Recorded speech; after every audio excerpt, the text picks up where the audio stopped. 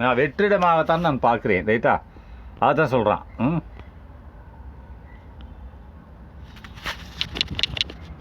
Whites அதை தான் side shows. இருங்க வரேன். அந்த இடம் வந்து டிப்ரெஷன். அதுதான் சொல்கிறான். திரும்பி என்ன பண்ணோம், அந்த வெற்றிடம் வந்து அதை தான் சொல்ல, நல்லா கவனிச்சுக்கோங்க. இட் இஸ் டிசால்வ்டு, அது கரையப்படுகிறது என் உடம்பு பை அண்டர் கிரவுண்ட் வாட்டர். தண்ணியில் உள்ள பூமிக்குள்ள உள்ள தண்ணியால் கரைஞ்சிருது. அதுக்கடுத்து என்ன நடக்குது, லீவிங் ஏ ஹோல் டிப்ரெஷன். ஹோல்னா ஒரு வெற்றிடம் மனச்சோர்வை உண்டாக்கிட்டு நான் வந்து கரைஞ்சி போயிடுறேன். ரைட்டா, அப்போ அதுக்கு தான் என்ன சொல்கிறாங்க, கால்டு மோல்டு என்று அழைக்கப்படுகிறது. நெக்ஸ்ட் வார்ப்புன்னு என்னென்னு பார்ப்போம். ரைட்டா, it shows the original shape. இது வந்து என்ன செய்ய, இது வந்து இட் ஷோஸ் ஒரிஜினல் உண்மையான வடிவத்தை காண்பிக்கும். ரைட்டா, அப்போ அந்த இடத்துல வெற்றிடம் இருந்ததுன்னா அந்த இடத்துல நான் படுத்திருந்தேன்னு அர்த்தம்.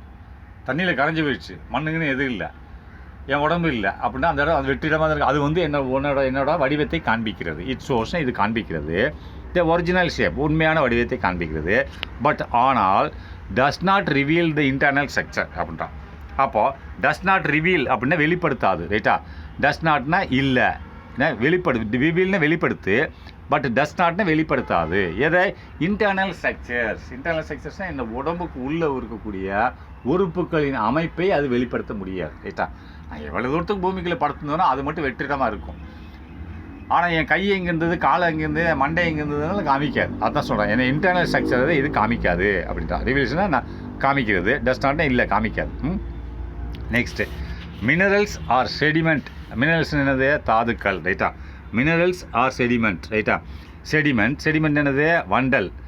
Fill the hollow depression. ஃபில்னா அந்த காலிடம் இருக்கு இல்லையா, அதை என்ன செய்யும்னா கொஞ்ச நாள் கழித்து மினரல்ஸ் தாதுக்களும் கனிமங்களும், மினரல்ஸ் கனிமங்கள் மற்றும் செடிமெண்ட்ஸ் வண்டல் மண்கள் என்ன செய்யும், அதை ஃபுல் பண்ணிடும்.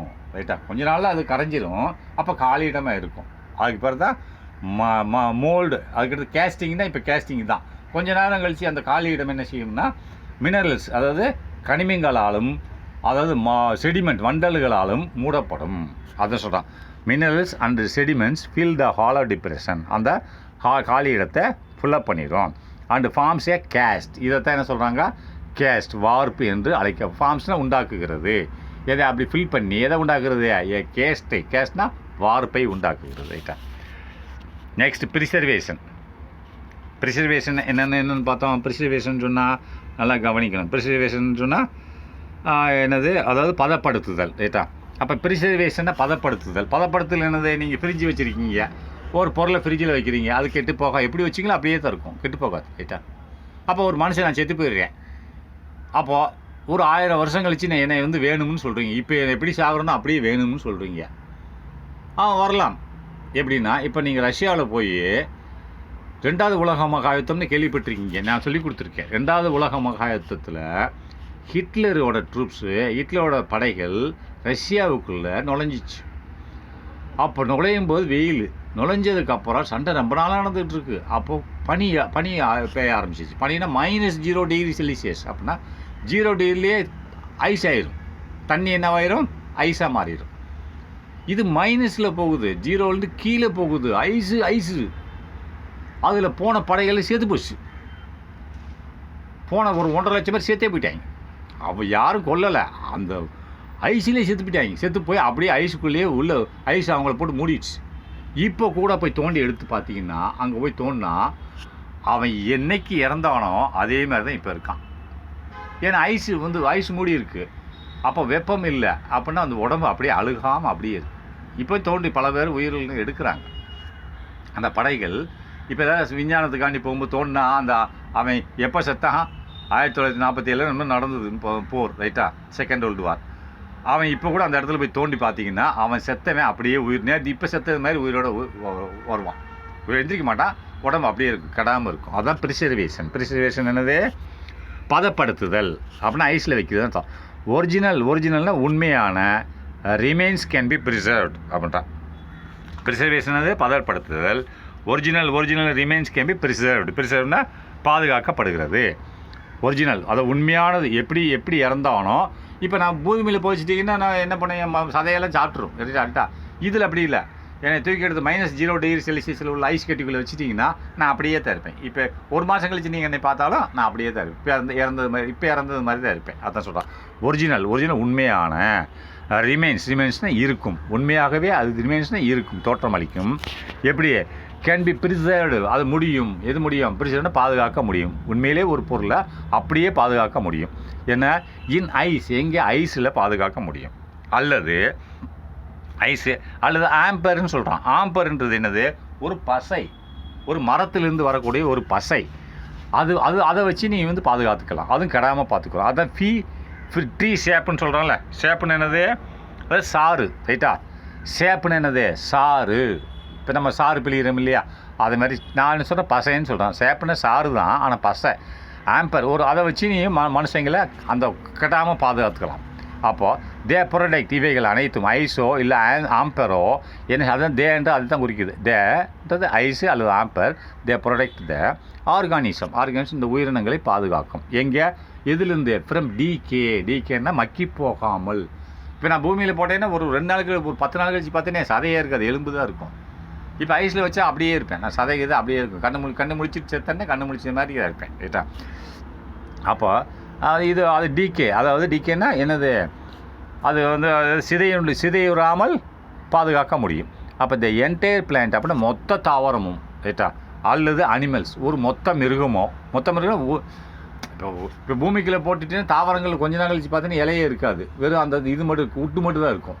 அப்போ இதில் அப்படி இல்லை, தாவரத்தை மொத்தத்தையும் ஒரு பிடுங்கி ஒரு ஐஸ்குள்ளே வச்சுட்டேன்னு சொன்னால் அது அப்படியே இருக்கும், பலன்னு அப்படியே இருக்கும், கெடாமல் இருக்கும், ஆனால் செத்து போயிருக்கும், ரைட்டா? அப்போ த என்டையர் பிளான்ட், மொத்த தாவரமோ அல்லது அனிமல் இஸ் ப்ரிசர்வ்டு, மொத்த தாவரங்கள் அல்லது மிருகங்கள் இஸ் ப்ரிசர்வ்டு, பாதுகாக்கப்படுகிறது. இதுதான் ப்ரிசர்வேஷன். அடுத்து கம்ப்ரெஷன் அது அழுத்தம் கொடுத்தல். இது எப்படின்னு பார்ப்போம். when an organism dies, அப்போ ஒரு உயிரினம் இறந்தால், the hard parts of their bodies settle at the bottom of the sea. அப்போ இந்த ஹார்ட் பார்ட்ஸ்னால் கடினமான பகுதிகள். இப்போ நான் இறந்துடுறேன் அப்படின்னா எனக்கு கடினமான பகுதிகள் மட்டும் கடலுக்கு அடியில் போய் தங்கிடும். கடல் இறந்துட்டேன்னு சொன்னால், கடலில் இறந்தால், சி பெட்ஸ்ன்னு என்னது? கடல் பகுதி, கடலோட தரை. அப்போ அங்கே போயிடும். மெல்லிசான பகுதி மேலே வந்துடும், ரைட்டா? அதுதான் சொல்கிறான். வெண்ணிய ஆர்கானிசம் டைஸ்னு இறந்து விட்டால், ஒரு உயிரினம் இறந்தால், த ஹார்ட் பார்ட்ஸ்னால் கடினமான பகுதிகள் ஆஃப் தர் பாடிஸ், அந்த உயிரினத்தின் கடினமான பகுதிகள் செட்டில்னு தங்கிவிடும். எங்கே? At the bottom of the sea. அப்போ கடலில் உள்ள கடலுக்கு அடியில், பாட்டம்னா அடியில், எங்கே? ஆஃப் த சி, கடலுக்கு அடியில் தங்கிவிடும்.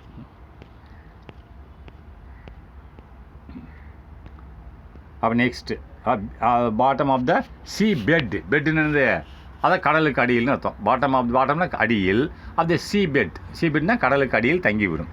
And are covered by the sediment. அப்போ கடலுக்கு அடியில் போய் தங்கிடுச்சு.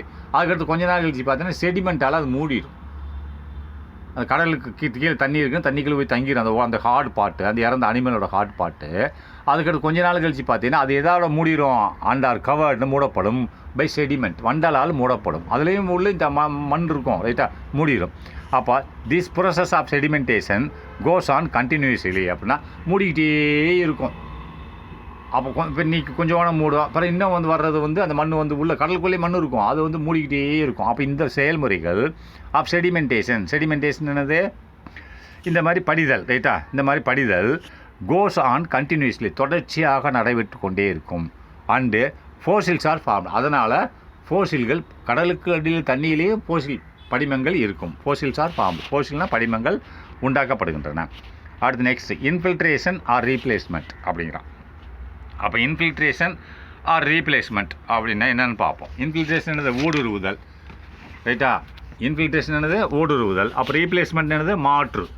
மாற்றுதல், ரைட்டா? ஐ ரீப்ளேஸ் ஹிம் அப்படின்னா அவனை நான் மாற்றி விட்டேன், அவனுக்கு பதிலாக நான் வந்துட்டேன், ரைட்டா? அப்படின்னு அர்த்தம். அப்போ இன்ஃபில்ட்ரேஷன் ஊடுருவுதல். ஊடுருவுன்னு அர்த்தம் எதுக்கு? இந்த சிலிக்கா போய் ஊடுருவி போய் அந்த இதை மாற்றிடுது. அந்த இலை இருக்குது, சிலிக்கா போய் அதை போய் இலையை தின்னு இலை இல்லாமல் ஆக்கிட்டு இது போய் நின்றுக்குது, அதை இலையை மாற்றிடுதா? அதே மாதிரி தான் இன்ஃபில்ட்ரேஷனால் ஊடுருவித்தானே ரீப்ளேஸ்மெண்ட் பண்ண முடியும்.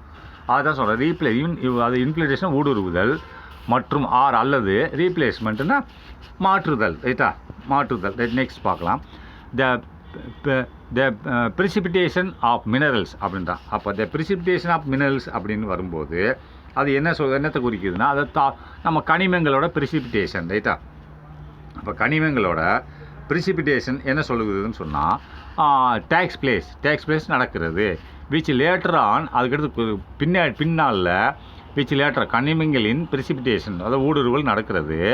அப்போது டேக்ஸ் பிளேஸ் அதன் காரணமாக ப்ரிசிபிடேஷன்னா நான் ஊடுருவல், ரைட்டா, நடக்கிறது. விச் டேக்ஸ் பிளேஸ் அதன் காரணமாக அது நடக்குன்னு காரணமாக லேட்டர் ஆன் இன்ஃபில்டர்னா ஊடுருவுகிறது, ரைட்டா. இன்ஃபில்டர் செல்வால்னா அந்த இறந்த தாவரத்தினுக்குள்ளே உள்ள பூமிக்குள்ளே உள்ள இதில் போய் ஊடுருவுகிறது, ரைட்டா. அப்போ த ப்ராசஸ் இஸ் பிராட் இந்த செயல்முறைகள் கொண்டு வரப்படுகிறது. எங்கே கொண்டு வரப்படுகிறது அப்படின்னா இந்த செயல்முறைகள் is brought about by several mineral element. இந்த செயல்முறைகள் செய்யப்படுகிறது எபவுட்னா எப்படி?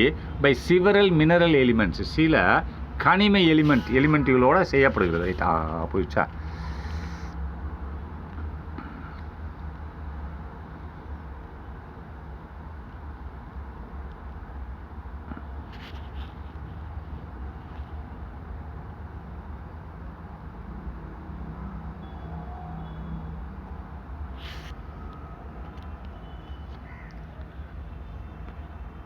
போயிடுச்சு பேலியோ பாட்டனியா இன்ஃபில்ட்ரேஷன் சில கனிம எலிமெண்ட்டுகள் த ப்ராசஸ் இந்த செயல்முறைகள் is brought about by several mineral elements. அந்த செயல்முறைகள் சில கனிம எலிமெண்ட்டுன்னு கூறுகள், ரைட்டா, சில கனிம கூறுகளால் இவைகள் செய்யப்படுகிறது அப்படின்றான். அடுத்து நெக்ஸ்ட்டு என்ன சொல்ல? சச் எஸ் உதாரணமாக அது என்ன கனிம கூறுகளால் இந்த செயல்முறைகள் செய்யப்படுகிறது? இந்த மாதிரி செயல்முறை இன்ஃபில்டர்னா சிலிக்கான ஊடுருவுது, அங்கே போய் என்ன தின்றுது, அதான் சொல்ல திஸ் ப்ராசஸ்னால் தி ப்ராசஸ் பிராட்னா செய்யப்படுகிறது. எபவுட் எப்படின்னா கொண்டு வரப்படுகிறது, செய்யப்படுகிறது ஒன்று தான். எபவுட் த சிவரல் மினரல் எலிமெண்ட்ஸ், சில கனிம கூறுகளால், எலிமெண்ட்னா கூறுகள், ரைட்டா, பொருட்கள், ரைட்டா, பொருட்களால் செய்யப்படுகிறது. சச்சஸ் உதாரணமாக அந்த கனிம பொருட்கள் என்னென்னு பார்ப்போமா?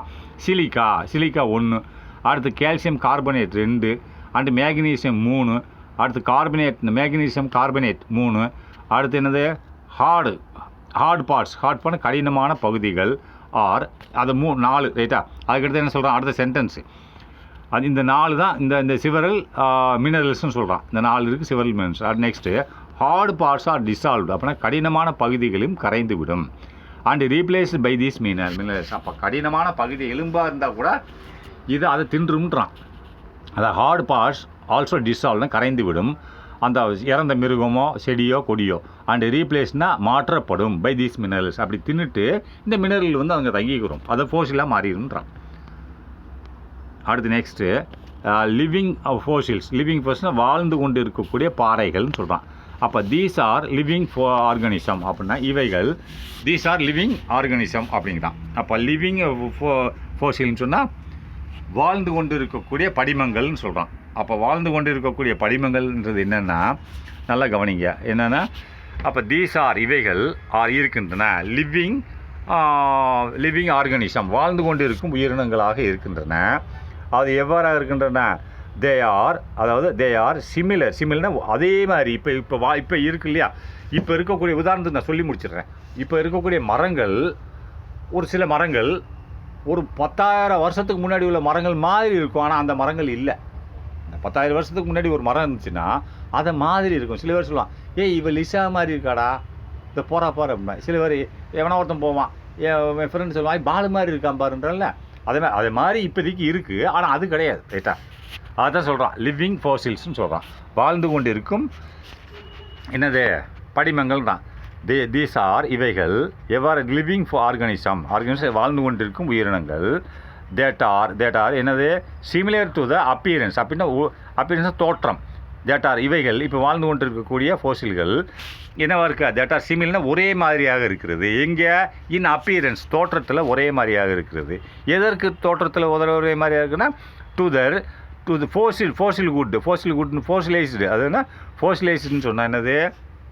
அதாவது படிமங்கள் ஆக்கப்பட்ட டிஸ்டன்ட்னா பழங்காலத்தில் உள்ள பழங்காலத்தில் உள்ள படிமங்கள் ஆக்கப்பட்ட ஆன்செஸ்டர் முன்னோர்கள்னு அர்த்தம். படிமங்கள் ஆக்கப்பட்ட ஆன்செஸ்டர் முன்னோர்கள் மாதிரி இப்போ உள்ளது இருக்கிறது அப்படின்னு சொல்கிறான். ரைட்டா? அண்டு என்ன சொல்கிறான்னு சொன்னால், அண்டு யூஸ்வல்னா நடைமுறையில், ஹேவ் நோ, அதாவது எந்த விதமான எக்ஸ்டிங்க்ட் க்ளோஸ். அப்போ எக்ஸ்டிங்க்ட் க்ளோஸ் ஃபீச்சர்ஸ் அப்படின்னா எந்த விதமான நெருங்கிய தொடர்பும் இல்லை அப்படின்னு சொல்கிறான். ரைட்டா? அதான் எக்ஸ்டிங்க்ட் ஃபீச்சர்ஸ், எந்த விதமான எக்ஸ்டிங்க்ட் ஃபீச்சர்ஸ், அதற்கு எந்த விதமான தொடர்பும் அது கூட அந்த பழைய மரத்து கூட அப்பீரன்ஸில் ஒன்று போல இருக்கா தவிர, அண்டு எந்த விதமான அண்டு ஹேவ் நோ எந்த இது இல்லை. எக்ஸ்டிங்க்ட் க்ளோஸ் ஃபீச்சர்ஸ் ஃபீச்சர்ஸ்னால் ஒரு நெருங்கிய தொடர்பு இல்லை அப்படின்னு சொல்கிறான். உதாரணமாக அந்த பேர் போட்டிருக்கான். இந்த பேர் உள்ள செடி வந்து இப்போ இருக்குது, அது வந்து பழைய காலத்து ஒரு செடி மாதிரி இருக்குதுன்னு சொல்கிறான்.